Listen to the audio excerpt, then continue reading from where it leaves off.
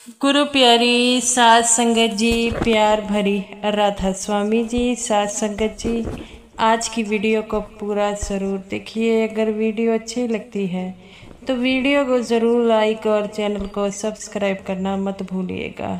साध संगत जी, आज की जो साखी है वह सच्ची घटना पर आधारित है। साध संगत जी, ये जो साखी है वह पुणे की है।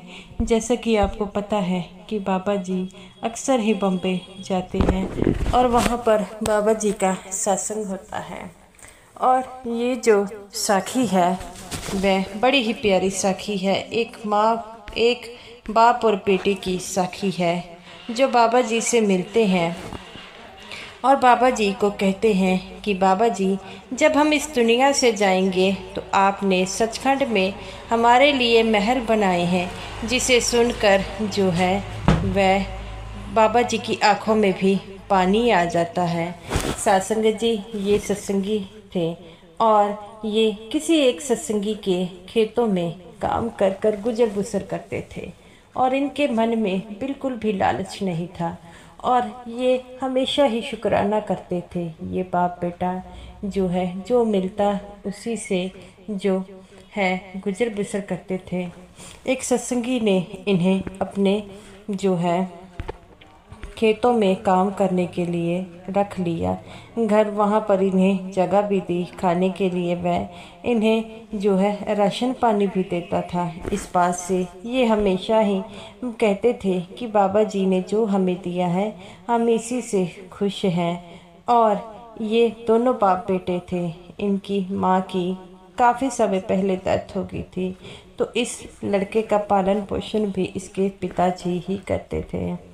ऐसे ही समय व्यतीत होने लगा तो एक दिन वह लड़का जो है अपने पिताजी से कहता है कि पिताजी, हम कभी बाबा जी से नहीं मिले। तो वह कहते हैं कि बाबा जी पुणे आते हैं। तो वह कहते हैं कि सत्संगी जो जिनके खेतों में हम काम करते हैं उनसे कहकर हम बाबा जी से मिल लें। तो वह कहता है ये कौन सी बड़ी बात है, हम उनसे ये कह देंगे।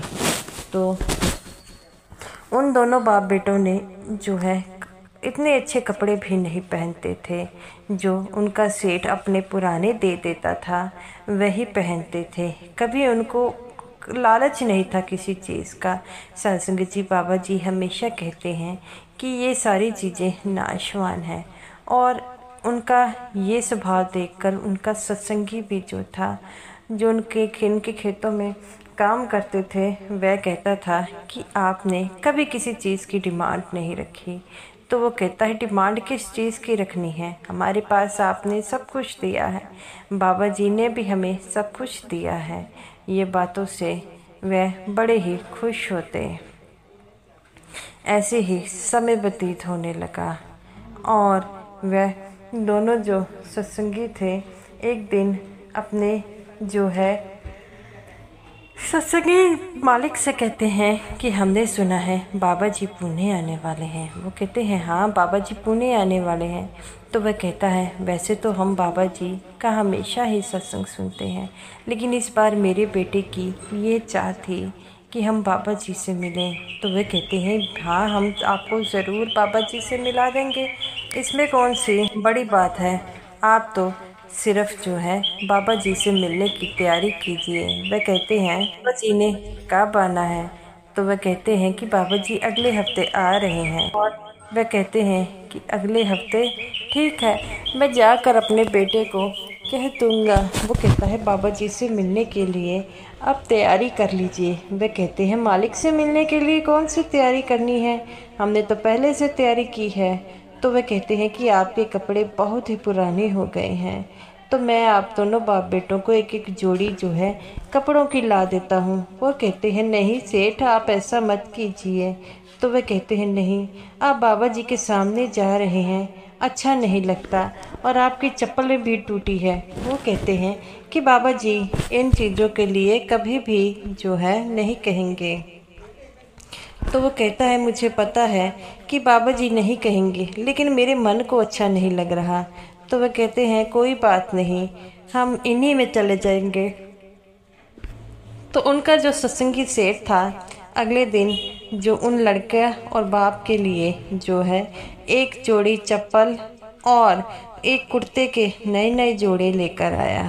तो उसका लड़का वह उसे लेने के लिए मना कर रहे थे, लेकिन उनके कई बार कहने पर उन्होंने रख लिए और कहते हैं कि कल बाबा जी से मिलने जाना है, आप यही पहन कर जाइए। तो वह कहते हैं ठीक है, हम यही पहन कर जाएंगे, और खुशी खुशी वह वहाँ से चले जाते हैं।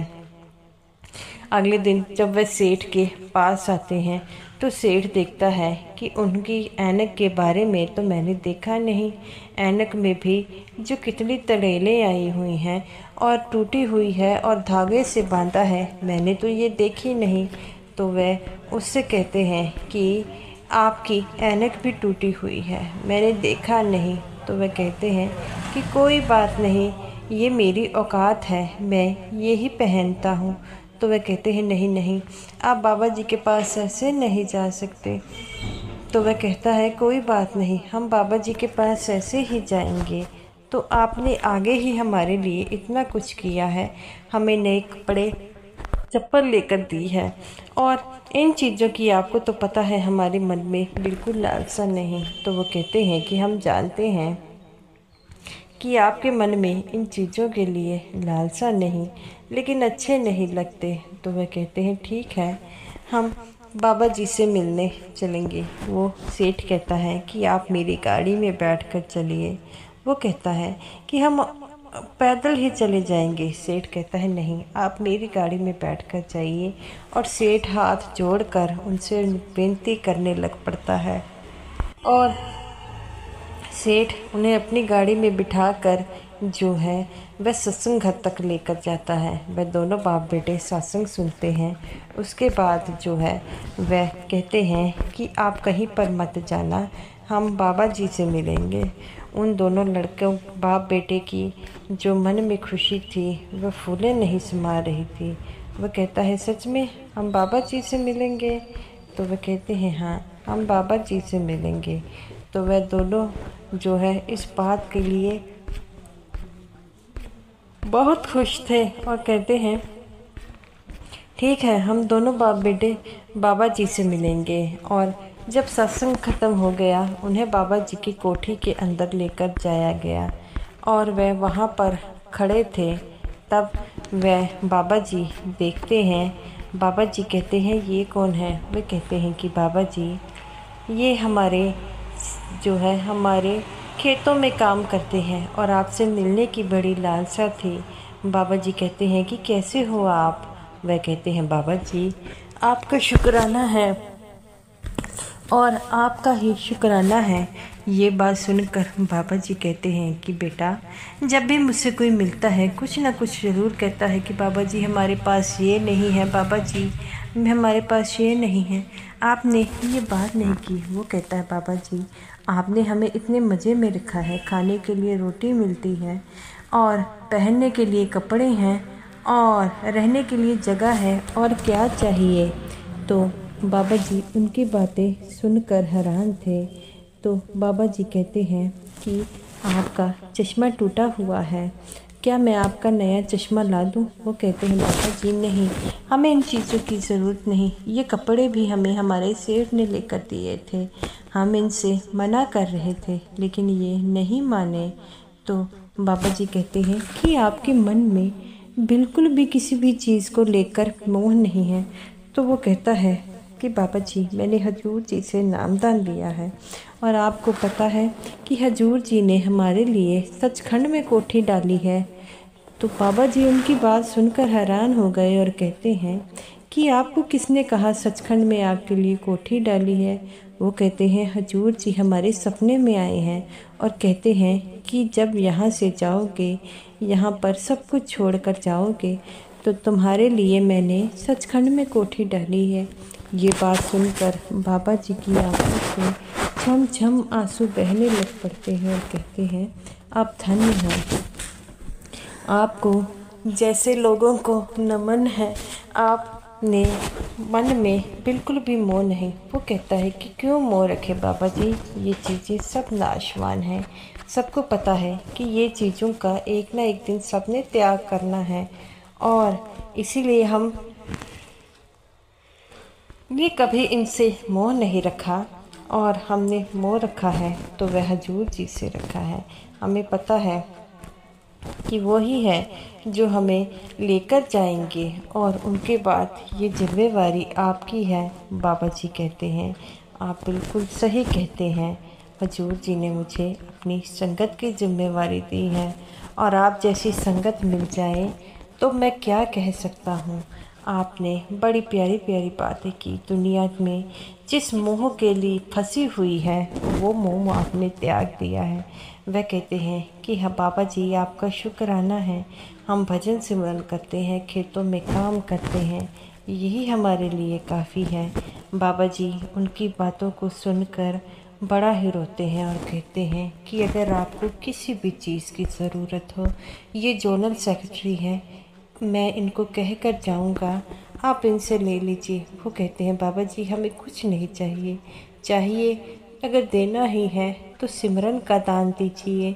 हमारे मन में जो किसी के प्रति घृणा है, जो किसी के प्रति जो जो नफ़रत करते हैं वह हटाइए, हमें इन चीज़ों से दूर जाना है। बाबा जी कहते हैं कि हाँ, ये बात तो आपने सही कही है, आप जैसी महान शख्सियत से मिलकर मैं धन्य हो गया।